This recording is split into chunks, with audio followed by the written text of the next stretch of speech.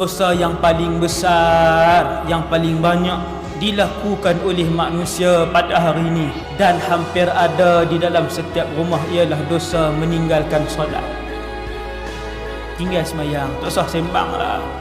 Tuan-tuan, tera kita main masjid ni, saya yakin ni kita main masjid ni pun masih ada anak-anak yang tidak mengerjakan solat.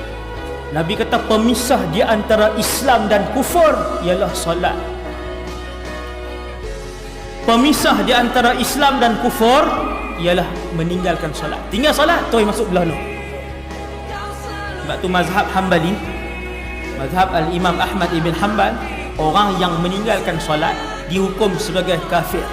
Tidak dikafankan, tidak dimandikan, tidak disolatkan dan tidak dikebumikan di perkuburan Islam. Besar, semayang ni besar.